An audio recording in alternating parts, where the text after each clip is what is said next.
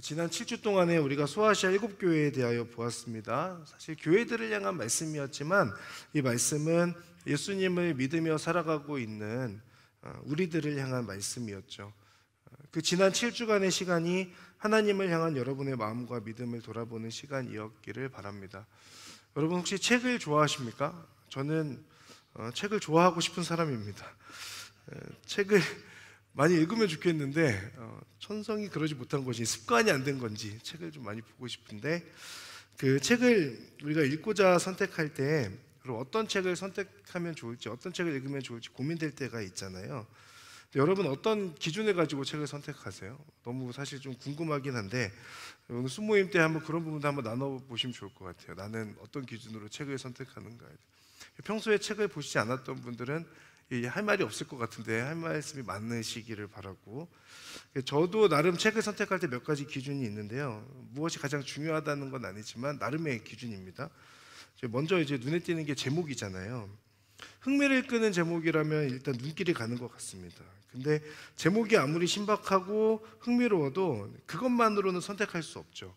그래서 함께 고려하게 되는 것이 이 책을 누가 썼지? 라는 걸 보게 되고, 이 책을 낸 출판사는 어디지? 라는 것도 함께 보게 되죠. 그리고 목차도 보게 되고 또 서문을 읽어보고 추천사도 읽습니다. 이 중에서 여러분 어떤 걸 가장 우선적으로 고려하세요? 물론 뭐 각자 나름의 기준이 있겠죠. 출판사는 중요합니다. 왜냐하면 이 출판사에서 그동안 어떤 책을 내왔는가 이런 부분이 중요하기 때문이죠. 경건서적, 기독교 서적 중에 두란노에서 낸 책들을 믿고 보는 책들입니다. 뭐 자유주의나 이런 이상한 말하는 책을 내지 않고 복음주의에 입각한 우리의 신앙에 긍정적인 영향을 끼치는 그런 책들을 내기 때문이죠. 근데 워낙 이제 출판사가 다양하잖아요. 그리고 이제 알려지지 않은 출판사에서도 좋은 책을 낼 때가 많이 있으니까 반드시 딱 이 출판사만을 고려할 요소는 아닌 것 같습니다. 그 제목도 중요하죠. 근데 소위 어그로를 끄는 제목들도 많아서 이 책 선택의 필수 요소는 아닌 것 같습니다. 추천사도 중요한 요소이기는 한데 그 추천사를 만을 딱 보고 책을 고르면은 고르지 않을 책이 없어요. 다 읽어야만 될 것 같은 추천사니까 그 부분도 좀 애매합니다. 이것보다 가장 중요한 게 뭘까 생각해 보면 책의 저자인 것 같아요. 그러니까 누가 썼느냐, 누가 이 책을 썼느냐, 이 부분이 굉장히 중요한 것 같습니다. 그래서 저는 이제 저자를 가장 중요하게 보고 그 믿고 볼 수 있는 분이 쓰신 책이라면 일단 선택하는 좀 경향이 있습니다. 저자가 걸어온 이력이 어떠했는지, 또 보통 이분이 과거에 어떤 책들을 써왔는지를 보면 이분이 이 책의 제목을 가지고 하고자 하는 내용, 이분이 가지고 있는 어떤 입장들도 어느 정도 정리된 상태에서 볼 수 있기 때문에 그렇습니다. 그래서 저는 개인적으로 그 책의 저자가 누구인가를 좀 가장 중요하게 보는데요. 여러분은 어떠신지 오늘 수모임 때 한번 나눠보며 수모임 시작하시면 좋겠다 생각이 들고요. 제가 설교 시작하면서 이 책을 선택할 때 이 말씀을 드리게 된 건 우리가 계속 보고 있는 요한계시록을 묵상함에 있어서 이 부분이 중요하기 때문에 그렇습니다. 여러분 성경의 제목을 한번 보세요. 구약 창세기부터 말라기, 그 신약 마태복음부터 요한계시록까지의 내용을 보면 그 성경의 제목은 단순합니다. 누가 썼는지 혹은 누구에게 썼는지 혹은 어떤 내용을 담고 있는지 세 개 안에서 성경의 제목들은 다 이제 결정되어져 있죠. 그 요한계시록은 누가 썼습니까? 요한계시록? 어려운가? 이 질문 어렵지 않은 것 같은데 요한계시록은 요한이 썼습니다. 요한이 성경에 뭐 여러 명 나옵니다만 세례 요한 아니고 지금 방송팀에서 있는 이요한도 아니고 우리 가운데 뭐 이런 아니고 사도 요한, 예수님과 함께 하였던 그 사도 요한이 쓴 책이죠. 근데 요한계시록을 보면 사도 요한이 쓴 것이 맞지만 사실 우리가 알고 있는 것처럼 요한계시록은 예수님께서 쓰신 책이라고 볼 수 있죠. 1장 1절을 보겠습니다. 1장 1절 함께 읽겠습니다. 예수 그리스도의 계시입니다. 이것은 반드시 곧 일어날 일들을 자기의 종들에게 보여주시려고 하나님께서 그리스도에게 주신 것입니다. 그리스도께서는 그분의 천사를 통해 자기의 종 요한에게 이것을 나타내 주셨습니다. 아멘. 먼저 예수님의 계시입니다. 예수 그리스도의 계시, 예수님께서 주신 내용이라고 할 수 있죠. 그러면 예수님께서 누구에게 주신 말씀입니까? 1절에 보면 자기의 종들에게 주신 말씀입니다. 자기의 종들에게 주님께서 주신 말씀, 예수님을 따르는 사람들에게 주신 말씀입니다. 그럼 어떤 경로를 통해서 주셨는가? 제가 예전에도 한번 나눈 적이 있습니다만, 하나님께서 예수 그리스도에게 주신 것이고, 그리스도께서는 그분의 천사를 통하여서 자기의 종 요한에게 알려주신 그런 말씀이라고 할 수 있습니다. 하나님께서 하신 말씀인데 예수님에게 주셨고, 예수님께서 천사를 통해 요한에게 주신 말씀이 이제 요한계시록의 말씀인 거죠. 요한계시록에 어떤 내용들이 들어가 있는가? 첫 번째는 반드시 곧 일어날 일들에 대하여서 주님께서 알려주신 겁니다. 반드시 곧 1절의 두 번째 줄에 보면 반드시 곧 일어날 일들에 대하여 알려주셨고, 또 하나는 2절에 가서 보면 하나님의 말씀과 예수 그리스도의 증거에 대하여서 알려주신 책이 요한계시록이라고 할 수 있습니다. 그리고 이 책의 내용을 통하여서 어떤 목적을 가지고 우리에게 주신 것인가? 3절에 가서 보면 지키는 사람들은 복이 있다. 때가 가까이 왔기 때문이다 라고 그렇게 설명하고 계십니다. 때가 가까이 왔으니 이 말씀을 반드시 지켜야 한다. 지키는 자에게는 복이 있다라는 그 말씀을 알려주시는 거죠. 이 복을 받기 위해서 말씀을 지키라는 것이 아니라 말씀을 지키며 살다 보니 그 안에 찾아오는 주님께서 주시는 복이 있다라는 말씀입니다. 그렇다면 여러분, 이 앞에 말씀드린 내용들을 볼 때 요한계시록은 누가 쓴 책입니까? 예수님이 쓰신 책이죠. 요한계시록이지만 사도 요한이 아닌 예수님께서 우리에게 알려주신 말씀, 그 말씀이 요한계시록이라고 할 수 있습니다. 그렇기 때문에 요한계시록을 우리가 묵상하고 읽을 때 가장 중요하게 생각해야 되는 부분은 예수님께서 주신 말씀이라고 하는 것을 알고 보는 거예요. 오늘 제가 여러분들과 나누고자 하는 이 말씀, 설교의 포인트가 여기에 있습니다. 예수님이 누구이신가? 내가 믿고 의지하는 예수님이 누구이신지, 어떤 분이신지를 알고 또 오늘 말씀을 통해서 주님을 더욱 붙들게 되고 의지하게 되는 결단이 있게 되기를 바랍니다. 예수님은 누구이신가? 첫 번째 5가지로 정리해 봤는데요. 7절 말씀 보겠습니다. 7절 말씀 먼저 보시면 예수님은 구름을 타고 오시는 분이라고 그렇게 분명하게 말씀하고 계십니다. 예수님은 다시 오시는 분이세요. 예수님이 이 땅에 오셨고 십자가에서 죽으셨고 부활하셨고 승천하시고 하나님의 오른편에 앉아 계시죠. 그 상태로 계신 것으로 끝나지 않고 예수님의 사역은 이 땅에 다시 오시는 그 재림의 때에 완성될 것입니다. 믿는 사람이나 믿지 않는 사람이나 오늘 7절의 말씀을 보면 모든 사람들이 다 그분을 볼 것이다 라고 그렇게 말씀하고 있습니다. 다만 예수님이 다시 오실 때 누군가는 예수님의 오심을 소망하고 기뻐하는 사람들이 있다면, 누군가는 예수님을 믿지 않았던 것 때문에 많은 사람들이 통곡하게 될 것이다 라는 것이 7절에서 우리에게 알려주시는 말씀이죠. 근데 오실 때 주님께서 구름을 타고 오신다라고 그렇게 표현되어 있습니다. 사실 다니엘 7장 13절의 말씀을 보면 이 말씀에서의 그 표현, 구름 타고 오시는 인자 같은 분이라고 하는 그 표현이 이제 다니엘 7장 13절에 나오는데요. 이 구약의 예언이 이루어질 것으로 설명되고 있는 거죠. 그리고 복음서에서도 예수님께서 오실 때 구름 타고 오시는 분으로 설명되어져 있습니다. 그러니까 중요한 건 구름을 타고 오신다라고 하는 그것이 아니라 모든 사람이 볼 수 있도록 이 땅에 오신다는 거예요. 그러면서 누군가는 그 예수님이 오시는 것을 보면서 환영하고 소망하고 기뻐하는 사람들이 있는가 하면, 누군가는 예수님이 오실 때에 통곡하며 내가 예수님을 믿었어야 되는데 라고 그렇게 생각하는 사람들이 있다는 거죠. 그런데 이 말씀을 7절의 마지막에 어떻게 설명하고 계시냐면 반드시 그렇게 될 것입니다. 아멘이라고 분명하게 말씀하고 계시죠. 우리가 믿고 있는 주님 예수님은 여러분 반드시 다시 오시는 분입니다. 막연한 기대와 소망이 아니라 분명하게 이 말씀이 이루어질 것이다 라고 우리에게 알려주고 계세요. 이것은 하나님께서 예수님께서 이 땅에 반드시 오시겠다고 하는 분명한 의지를 드러내고 계신 거죠. 주님을 믿는 우리는 다시 오실 주님을 기대하며 주님께서 언제 오셔도 괜찮다라고 하는 그 믿음으로 살아가야 됩니다. 주님께서 지금 당장 바로 오셔도 좋다라고 하는 그 믿음, 내가 믿고 있는 그 예수님으로 인하여서 내가 소망을 가지고 살아가고 있고, 예수님께서 다시 오실 때 통곡하는 사람들의 무리에 속하는 것이 아니라 기뻐하고 즐거워하는 사람의 그 무리에 속하는, 이것을 위해서 오늘도 주님을 향한 신뢰를 저버리지 않고 믿으며 살아가는 그런 저와 여러분, 이 믿음을 가진 여러분 되기를 주님의 이름으로 축복합니다. 예수님은 두 번째로 처음과 마지막이신 전능한 분이시죠. 8절의 말씀을 보면 주 하나님, 지금도 계시고 전에도 계셨고 앞으로 오실 분이신 전능자께서 말씀하십니다. 나는 알파요 오메가다.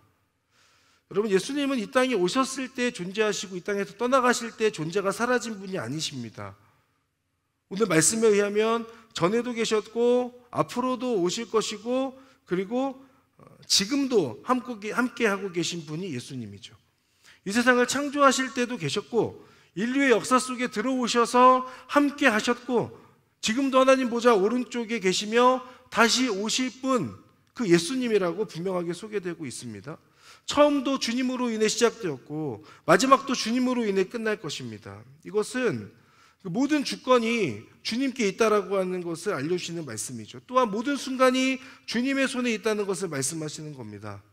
이것은 주님이 영원하신 분이다라고 하는 것에 대한 설명이죠. 여러분, 세상의 모든 존재는 한계가 있고 끝이 있습니다. 그러나 그 끝은 그들이 정한 마지막은 아니에요. 반면에 하나님은 영원하신 분이십니다. 왜냐하면 시작과 끝이 주님께 있기 때문입니다. 그 마지막이 누구의 손에 달려있느냐? 우리 하나님께 달려있는 거죠. 처음 시작하신 분도 하나님, 그리고 마치시는 분도 하나님이십니다. 영원하신 주님을 믿음으로 우리가 얻게 되는 것은 영생입니다. 여러분, 이 영생이라고 하는 것은 시간적인 영원함일 뿐만 아니라 영원하신 하나님, 영원하신 주님과의 교제를 통하여서 누리는 관계 속에서의 영원함이라고 할 수 있어요.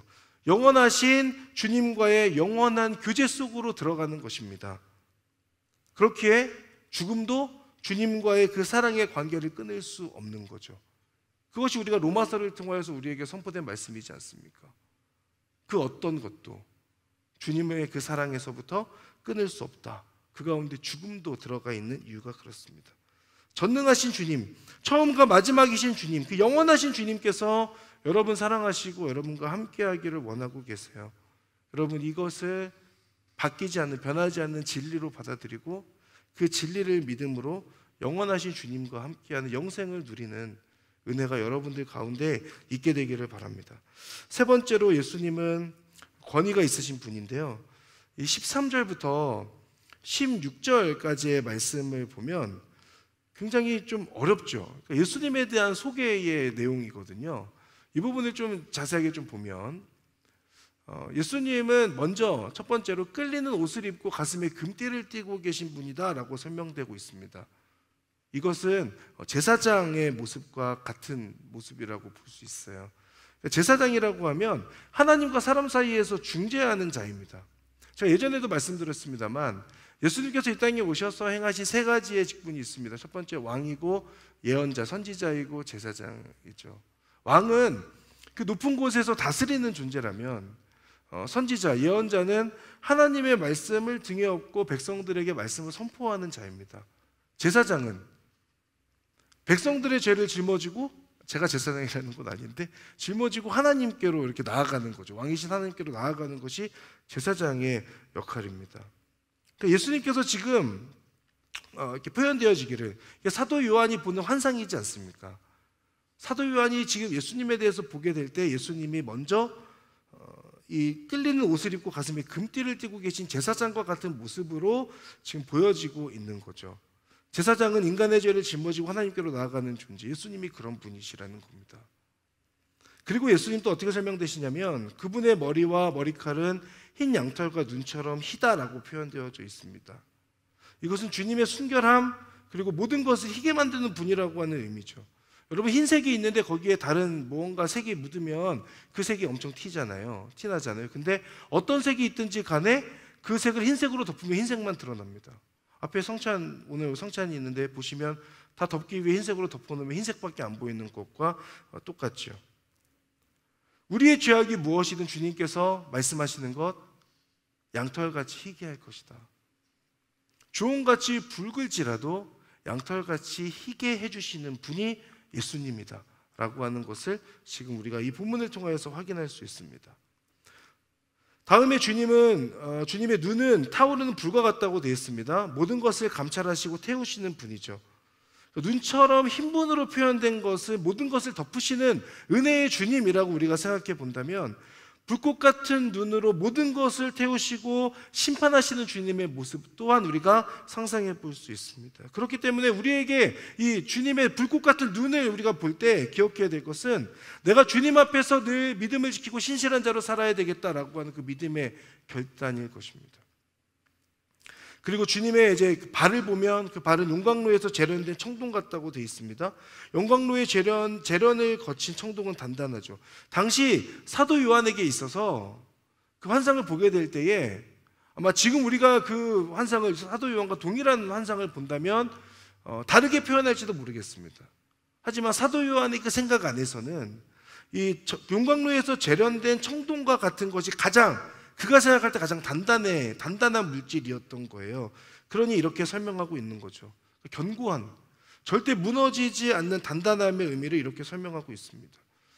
주님은 그 발이 단단하고 견고하다라고 하는 것을 통하여서 결코 무너지거나 혹은 쓰러지는 존재가 아니다. 그 세상 어느 것과도 비교할 수 없는 존재로서의 주님을 설명하고 있습니다.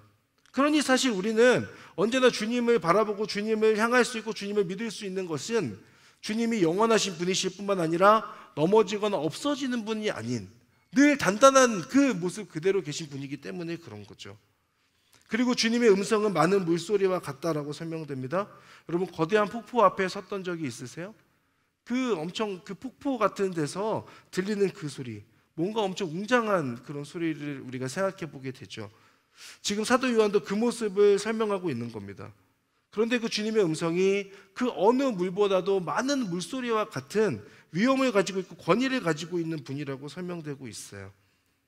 그런데 이 표현이 굉장히 은혜로 다가오는 건 뭐냐면, 말씀을 통해서 주시는 그 주님의 음성이 때로는 엄청 세미하게 우리를 찾아오잖아요. 성경 말씀을 통해서 나에게 주님께서 말씀하여 주실 때 엄청 웅장한 그런 소리로만 들리는 것이 아니라 내 안에 내면에 찾아오시는 주님의 어떤 세미한 음성으로 나에게 다가오는 것, 그것을 생각해 본다면 이 많은 물소리와 같은 주님의 음성이라고 하는 것은 어떻게 보면 세미한 음성으로 다가오시지만 그러나 결코 거절할 수 없는, 거부할 수 없는 위엄을 지닌 주님의 음성이라고 할 수 있습니다. 주님께서 우리에게 찾아오실 때 많은 물소리와 같은 음성으로 찾아오시고 세미한 음성으로 우리에게 찾아오셔서 우리가 절대 거절할 수 없는 주님의 음성, 저와 여러분 모두 그 주님의 음성을 자주 듣게 될 수 있기를 바랍니다. 그리고 주님은 16절에 가서 보면 오른손에 7뼈를 들고 계신 분으로 설명되고 있어요. 7뼈는 교회의 사자들입니다. 동시에 교회입니다. 그런데 권위를 상징하는, 성경에서 예수님의 하나님의 권위를 상징하는 오른손으로 7뼈를 들고 계신다라고 하는 그 사실은 내가 나의 의로운 오른손으로 너를 붙들어 주리라, 이사야 41장 10절의 그 말씀처럼 붙들고 계시는 주님으로 표현되죠. 그리고 16절의 뒷부분에 가서 보면 그분의 입에서는 좌우의 날성검이 나온다. 히브리서 4장 12절의 말씀입니다. 생각해 볼 수 있죠. 양날선 어떤 검보다도 칼보다도 예리하여 혼과 양과 관절과 골수를 찔러 쪼개기까지 하며 마음의 생각과 의도를 분별해내는 주님의 말씀. 주님을 통해서 이런 말씀들이 계속해서 선포된다는 겁니다. 그 16절에 가서 보면 그분의 얼굴은 해가 힘있게 비추는 것 같다. 영광스러운 주님의 모습입니다. 주님께서 빛나실 뿐 아니라 그 빛으로 모든 어둠을 밝히시는 분. 마태복음 17장에 가서 보면 예수님께서 기도하실 때 얼굴이 해같이 빛나는 변화산에서의 기도하시는 모습이 나오죠. 그 말씀, 그 빛으로 인하여 모든 어둠을 떠나가게 할 것이다 라고 하는 말씀입니다. 사도 요한이 지금 예수님의 모습을 보면서 그 머리끝부터 발끝까지 그 예수님의 모습을 설명하고 있는, 예수님에 대한 그 묘사는 주님의 모습을 드러낼 뿐만 아니라 주님의 성품도 드러내고 그리고 그 모습 속에 우리를 향한 주님의 뜻도 알 수 있게 되는 거죠. 여러분, 이 예수님에 대한 사도 요한의 묘사, 이 중에서 여러분의 마음에 와닿는 주님의 모습은 무엇입니까? 누군가는 불꽃 같은 눈일 수 있고, 누군가는 재련한 단단한 청동 같을 수 있고, 누군가는 해같이 빛나는 얼굴 같을 수 있죠. 여러분에게 나이가 믿고 있는 그 예수님은 어떤 분으로 나에게 다가오고 계신가? 이 부분도 오늘 수모임 때 함께 나눠보면 어떨까라는 생각을 해봅니다. 네 번째로 예수님 어떤 분이냐? 용기를 주시는 분이죠. 17절에 가서 보면 그분이 자기의 오른손을 내게 얹고 말씀하십니다. 두려워하지 말라라고 말씀하세요. 여러분, 사도 요한이 주님 앞에 엎드리게 되었을 때에 주님께서 하신 말씀, 두려워하지 말라는 겁니다. 그런데 오른손을 얹으셨다는 건 앞에 말씀드린 것처럼 내가 너를 붙들고 있다는 거, 너는 내 것이다 라고 하는 그 의미를 담고 있는 거죠. 그러니까 제가 저희 딸과 이제 초등학교를 화요일에 입학하게 되는데, 이 아이랑 어디를 가면 제 딸이 제 손을 놓지 않을 때가 있어요. 평소에는 제가 잡자고 해도 안 잡는 아이가 제 손을 꼭 붙잡고 놓지 않을 때가 있습니다. 언제냐면 처음 가는 곳이나 아니면 뭔가 차가 많거나 위험을 느끼게 될 때 이 아이는 엄마보단 저를 의지해요. 제 손을 잡고 걸어갑니다. 근데 익숙한 곳만 가면 제 손을 놔요.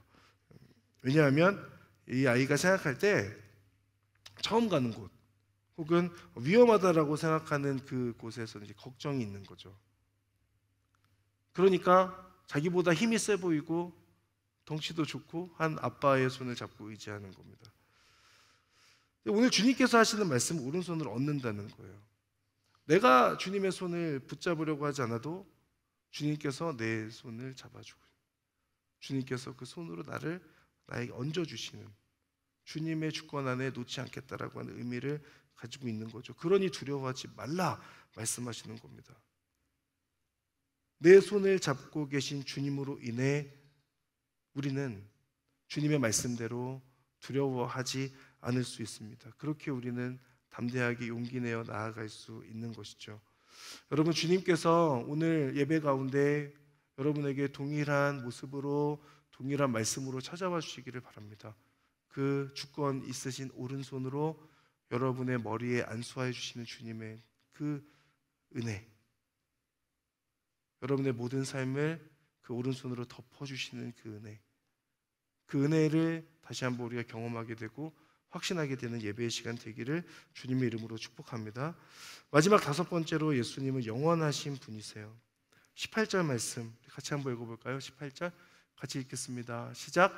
나는 살아있는 자다. 나는 죽었었으나 보라, 나는 영원토록 살아있는 자니 나는 죽음과 음부의 열쇠들을 가지고 있다. 아멘. 주님께서 직접 말씀하셔서 영원토록 살아있다, 죽음과 음부의 열쇠들을 가지고 있다. 이 말씀은 죽음의 주권이 주님께 있다는 것을 의미합니다.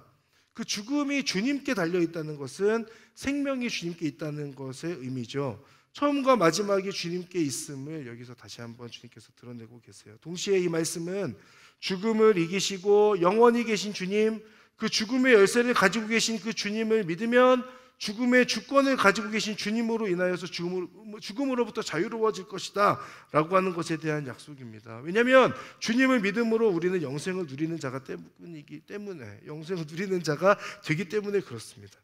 영원하신 주님과 사랑의 관계 안에서 교제를 누리는 영원한 생명을 가진 자가 되는 것, 그 가운데 우리의 역할은 주님을 신뢰하는 거예요.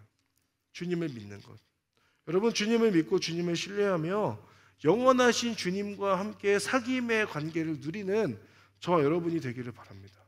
여러분, 우리가 예수님께서 다시 오시는 그때를 소망할 수 있는 것은 주님께서 나와 지금도 교제하고 계시고 나와 그 사귐의 관계를 영원히 가지고 가실 주님이라고 하는 그 분명한 신뢰가 우리 가운데 있기 때문입니다.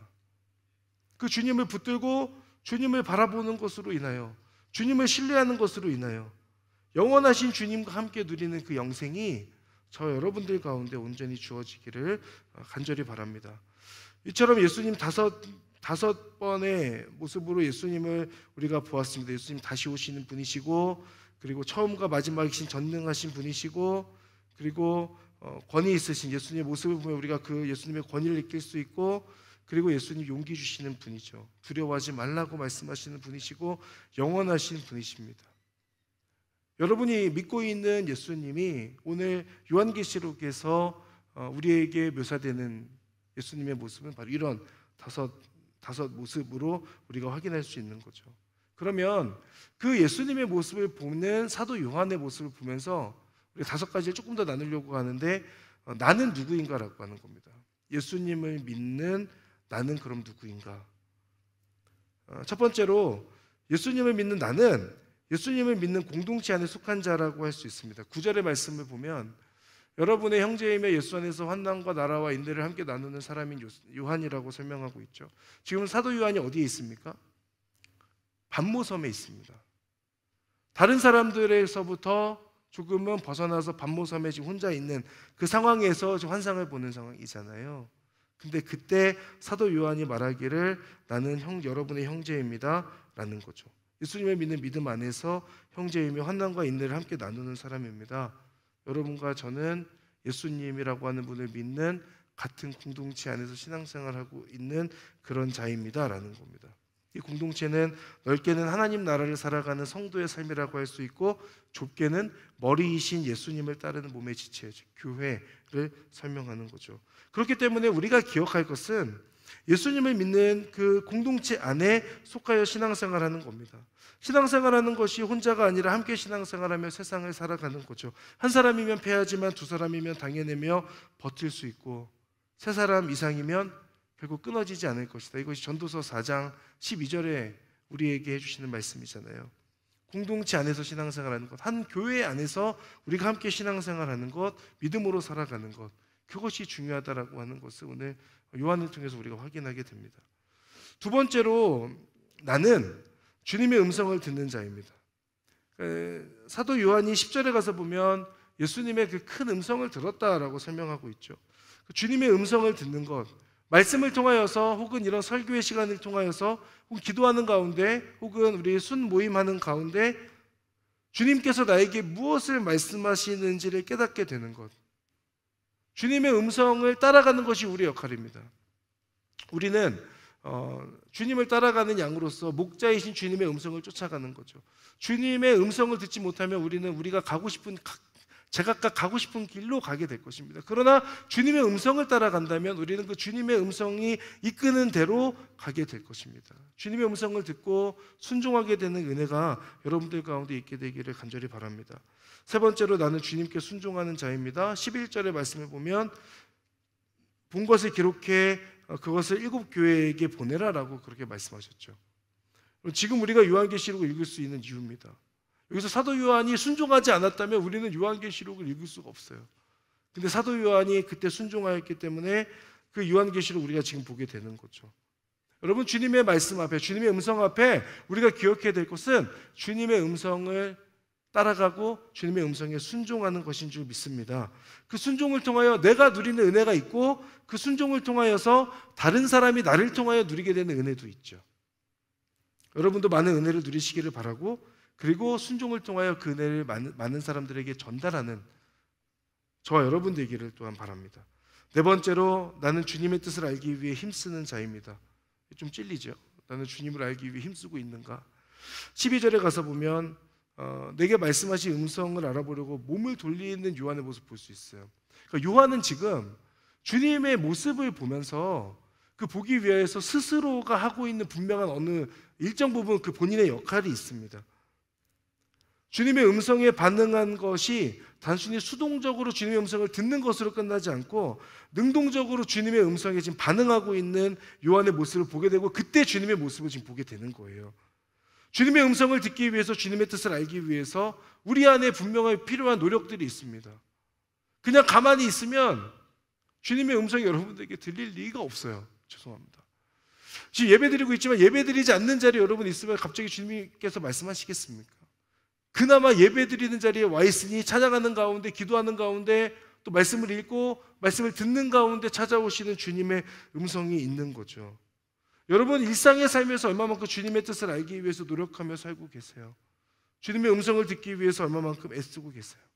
말씀을 보고 묵상하고 기도하고 주님의 음성을 찾는 것, 여러분, 구하면 주시는 것이고 찾으면 찾게 되는 거고, 그리고 두드리면 열리는 겁니다. 반대로 이 말은 구하지 않으면 주시지 않을 수 있고, 찾으려고 애쓰지 않으면 찾게 되지 않을 수 있고, 두드리지 않으면 열리지 않는 겁니다.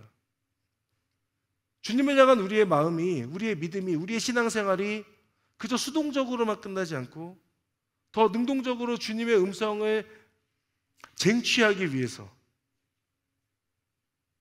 열심을 다해서 우리가 주님을 붙들고 주님을 찾고 간구하는 저와 여러분이 될 수 있기를 바랍니다. 마지막으로 주님 앞에 엎드리는 자입니다. 17절에 가서 보면 사도 요한의 모습이죠. 주님을 볼 때 죽은 사람처럼 그분의 발 앞에 엎드려지는, 몸을 돌려 주님을 발견했을 때 요한의 반응은 엎드림입니다. 엎드린다는 것, 주님을 향한 경배의 표현이자 저는 주님의 종입니다 라고 하는 표현이죠. 저와 여러분 모두 주님의 종으로 살아가는 자입니다. 종은 주인을 위해 사는 사람이에요. 나를 위해 사는 삶이 아니라 주님을 위해 살아가는 인생임을 여러분 꼭 기억할 수 있기를 바랍니다. 주님 앞에 엎드린다는 것, 주님 저는 죽었습니다. 제 삶에 주님만이 드러나기를 원합니다. 주님께서 말씀하신다면 그 주님의 음성에 온전히 순종하는 인생으로 살아가겠습니다 라고 하는 그 믿음의 결단이죠. 오늘 그 주님 앞에 엎드림으로 고백하는 여러분 될 수 있기를 주님의 이름으로 축복합니다. 여러분, 예수님이 누구신지, 예수님을 믿는 나는 누군지를 봤어요. 5개의 모습들을 봤죠.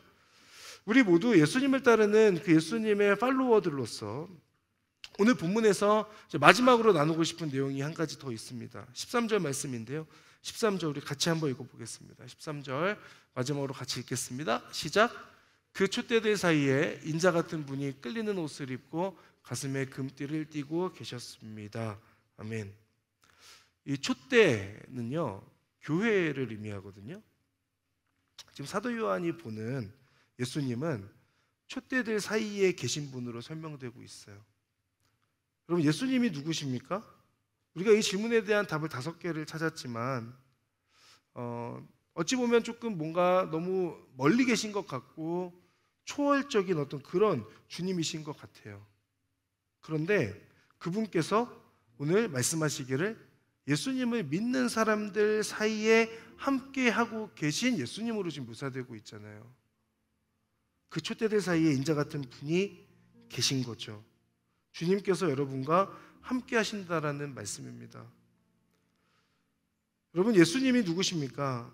우리가 봤던 것처럼 예수님은 뭔가 나에게 말씀하신 전능하신 분이신 것 같고, 그리고 그 주님은 우리가 온전히 믿기에는 너무 멀리 계신 것 같은 그런 위험을 가지고 있는 분인 것 같고, 다시 오신다는 것도 뭔가 너무 미래의 일인 것 같은 느낌을 받기도 하고, 그리고 예수님이 용기를 주신다, 두려워하지 말라고 말씀하시지만 주님께서 나를 오른손으로 얹혀주시는 그 주님의 손길을 누린 지는 너무 오래되었고, 주님이 영원하신 분이라고 하는데 우리는 영원을 살지 못하니까 너무나도 동떨어진 개념인 것 같고, 그런 예수님인 것 같아요. 그런데 그 주님 앞에 서 있는 이 사도 요한이 보는 것은 그 촛대들 사이에 계신 예수님이에요. 그분께서 우리와 함께 하심으로 인하여 우리는 예수님 앞에 제가 말씀드린 공동체에 속한 자로, 주님의 음성을 듣고 순종하는 자로, 주님의 뜻을 알기 위해 힘쓰는 자로, 주님 앞에 엎드리는 자로 살아갈 수 있는 것이 아닌가라는 생각을 해보게 됩니다. 사랑하는 여러분, 오늘 이 자리에 함께 계신 주님, 여러분의 삶에 함께하고 계신 그 주님이 어떤 분인지를 아는 것 중요합니다. 그리고 그분 앞에 나는 어떤 존재로 서 있는가라는 것도 너무너무 중요하죠. 근데 그 모든 것 가운데 주님께서 우리에게 하시는 약속은 내가 너와 함께 할 것이다. 지금 이 땅에 많은 교회들이 힘들고 어렵고 신뢰를 잃는다고 하지만, 그러나 주님께서 그 교회들과 함께 하신다라고 말씀하시고, 죄의 자리 가운데 있지만 여전히 주님을 신뢰한다고 말하면서도 세상에서 아무런 영향력을 끼치지 못하는 삶으로 살아가고 있지만, 그러나 주님께서 오늘 우리에게 해주시는 그 약속도 내가 너와 함께 하겠다는 약속이죠. 사실 이 약속은 예수님께서 이 땅에 딱 오셨을 때부터 우리에게 선포된 약속이에요. 임마누엘의 하나님, 함께 하신다라고 하는 그 약속으로 우리에게 찾아오신 예수님이시죠. 여러분, 여러분과 함께 하시는 주님을 신뢰하십시오. 그리고 그 말씀, 오늘 말씀을 통하여서 내가 믿는 주님이 어떤 분인지를 다시 한번 기억하게 되길 바라고 주님을 따르는 자로 살게 되는 결단이 여러분들 가운데 있기를 간절히 바랍니다. 우리 시간 함께 찬양하며 기도의 자리 가운데로 나아가겠습니다.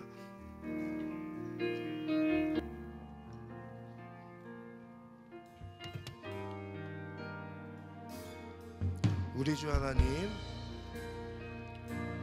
우리 주 하나님, 큰 영광과 존귀를 받기에 합당하신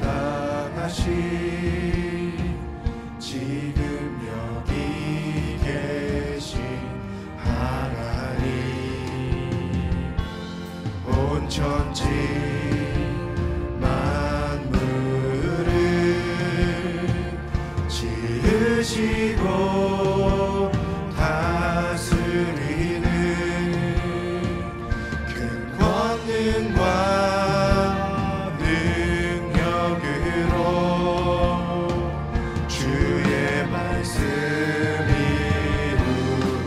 이루시니 거룩하다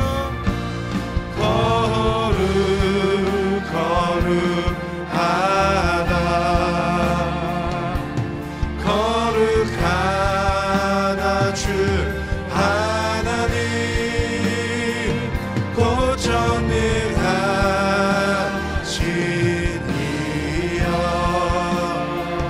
하나님 나라 임하네. 주임재 하실 때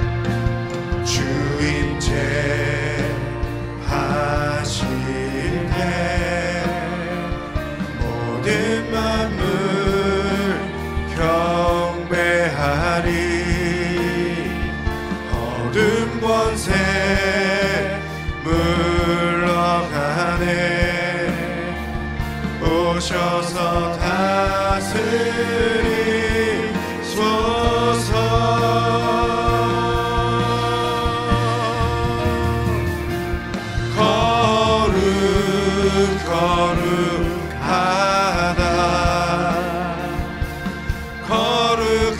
거룩하다 주 하나님,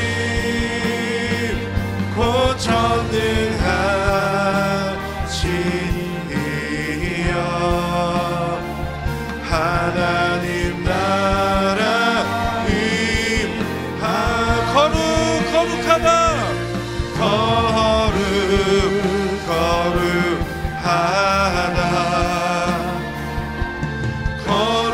거룩하다 주 하나님,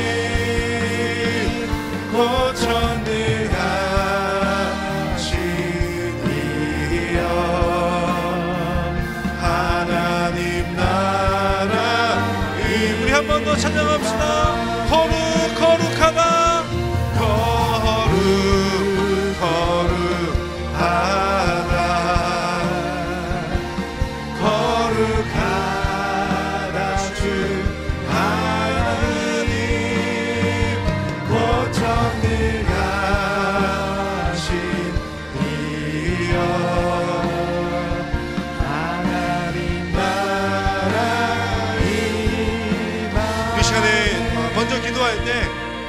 여러분이 믿고 있는 그 주님을 높이며 주님을 찬양하며 그 주님을 경배하기를 원합니다.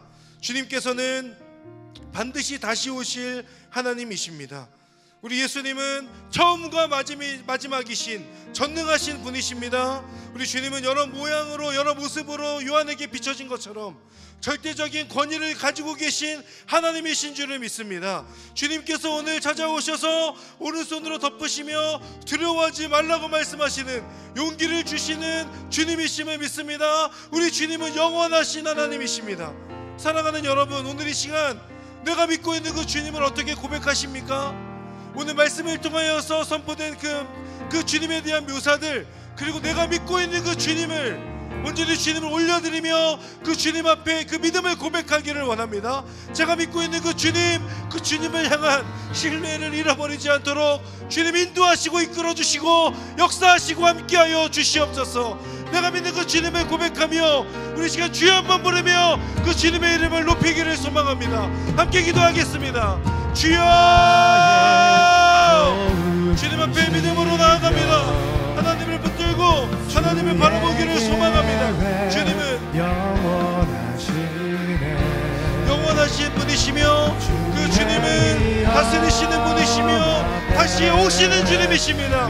아버지 하나님, 저에게 있어도 주님이 어떤 의미인지를 늘 기억하고 주님을 붙들고 주님을 그 바라보는 믿음으로 살아갈 수 있도록 아버지 하나님 인도하시고 이끌어 주시옵소서. 하나님을 향한 그 믿음으로 나아가기를 소망합니다. 주님의 놀라운 은혜와 역사하심 앞에 그 믿음으로 주님을 향하여서 아버지 우리의 믿음을 고백하기를 원하오니 주여 인도하시고 말씀하시고 함께하여 주시옵소서. 전능하신 하나님, 주님께서는 아버지 하나님 제사장과 같은 모습으로 저의 죄를 짊어지고 하시는 분이십니다.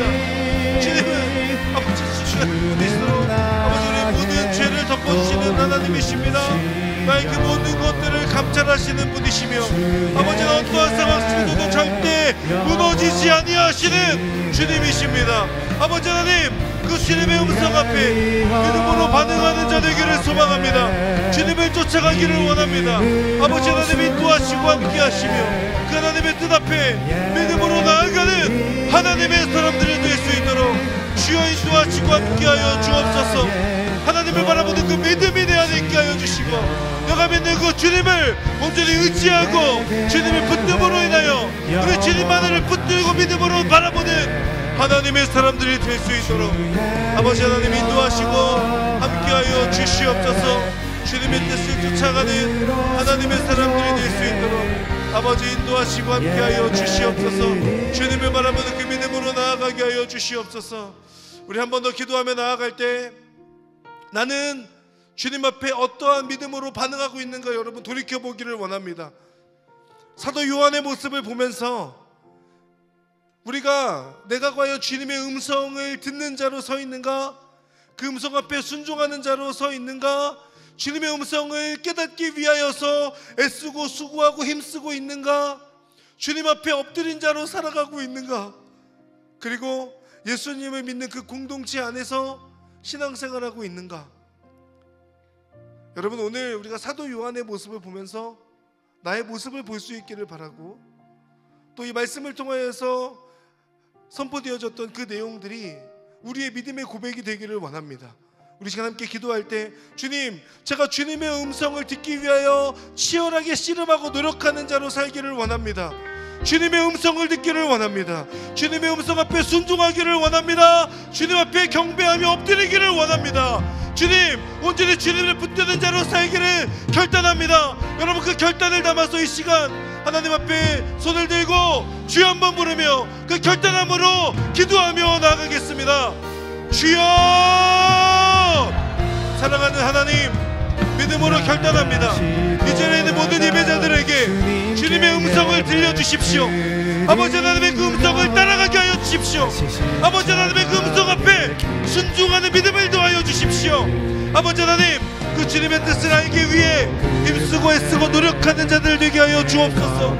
아버지 하나님 앞에 엎드리는 자 되게 하여 주십시오. 하나님, 하나님의 사랑 없이 살지 않게 하여 주시고 하나님의 은혜 없이 만족하지 않게 하여 주십시오.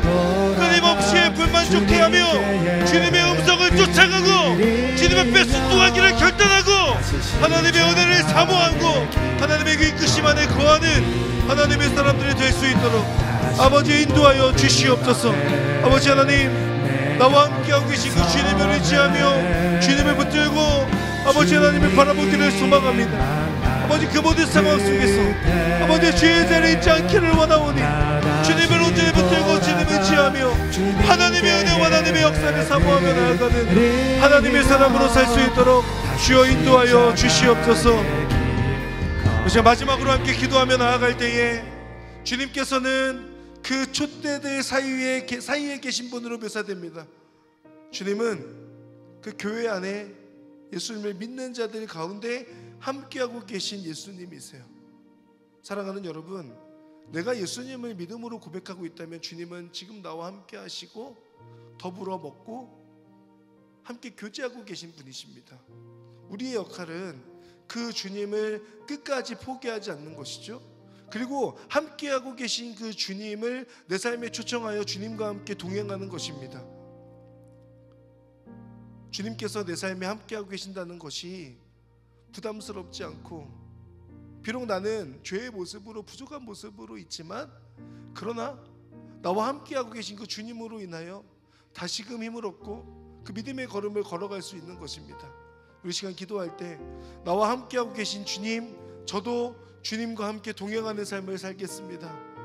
주님이 없이 살지 않고 주님이 조금 멀리 계신 것으로 만족해야 하지 않으며 주님과 가까이에서 함께 동행하고 주님과 함께 걸어가는 것의 기쁨을 누리는 그 삶을 살아갈 수 있도록 인도하여 주시옵소서. 어느 순간부터 주님으로부터 많이 멀어져 있는 저의 모습에서부터 다시금 돌이켜서 나와 함께하고 계신 그 주님 안에 온전히 거하는 하나님의 사람으로 살게 하여 주시옵소서. 우리 시간 그 소망함을 담아서 또 결단을 담아서 우리 한 번 더 마지막으로 주님 안에 거하겠습니다. 주님을 붙드는 삶을 살겠습니다. 이번 한 주도 그런 믿음으로 살겠습니다. 그 결단을 담아 주여 한번 부르며 마지막으로 기도하며 나가겠습니다. 주여, 사랑하는 하나님, 믿음을 담아 결단함으로 나아갑니다. 아버지 자리 가운데 함께하고 계신 주님, 그 주님을 의지하고 주님을 붙들고 주님을 바라보기를 소망합니다. 나와 함께하고 계신 주님으로 인하여 아버지 어느 순간부터 주님은 멀리 떨어져 있었던 그 나의 모습을 회개하고 아버지 하나님을 바라보기를 소망하고, 아버지 하나님, 나와 함께하고 계신 그 주님 앞에 엎드림으로 주님을 온전히 신뢰함으로 아버지를 붙들고 아버지를 바라보는 그 믿음으로 나아갈 수 있도록 주여 인도하여 주시옵소서.